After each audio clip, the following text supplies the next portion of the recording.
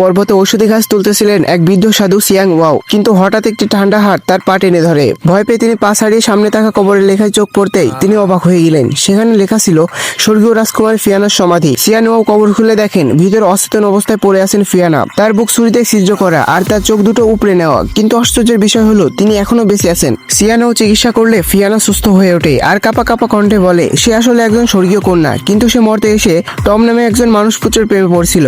এরপর দুজনের বিয়ে হয় আর তাদের সংসার সুখে শান্তিতে কাটতেছিল। কিন্তু যেদিন তারা জানতে পারেন ফিয়ানা গর্ভবতী, সেদিনই টম তার পেটে ছুরি বসিয়ে দেয়। কারণ উলিয়ান জং এর গুরু তাকে বলেছিলেন ফিয়ানার দেহে আছে অসাধারণ স্বর্গশক্তি, যেটা ছিনিয়ে নিলে টম এই রাজ্যের রাজা হতে পারবে। ফিয়ানার চোখে ছিল অসাধারণ ক্ষমতা, তাই টম রাজ্যের রাজকন্যার চোখের অসুখ সারাতে তার চোখ উপড়ে নিল, যা সে রাজকন্যাকে উপহার দিল। সিয়াং ওয়াও চিকিৎসায় ফিয়ানার স্মৃতি ও দেবশক্তি ফিরে আসে, কিন্তু যখন সে জানতে পারে তার গর্ভের সন্তান আর বেঁচে নেই, তখন সে রাগে ফেটে পড়ে আর সে শপথ নেয় টমকে সবার সামনে তার পাপের মূল্য দিতে হবে।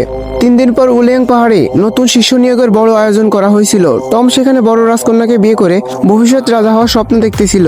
ঠিক সেই সময় অন্ধ ফিয়ানা পাহাড়ে পৌঁছায়। প্রহরীরা তাকে অন্ধ ভিখার বলে অপমান করে, কিন্তু সে 2 আঙুলে তাদের তলোয়ার উড়িয়ে দেয় আর অন্যজনকে নিচে ফেলে দেয় আর সোজা রাস্তা ধরে প্রাসাদের আঙিনায় প্রবেশ করেন। তার চোখে জ্বলছে প্রতিশোধের আগুন। তখন আবহাওয়া যেন তার প্রতিশোধের নেশায় বিভোর। চারিদিকে শুরু হলো ঝড় আর অবশেষে সে পৌঁছে গেল টমের সামনে। ফিয়ানাকে ফিরে আসতে দেখে টম তো ভয়ে থমকে গেল। ভিডিওটির বাকি অংশ দেখতে চ্যানেলটি সাবস্ক্রাইব করে সঙ্গেই থাকো।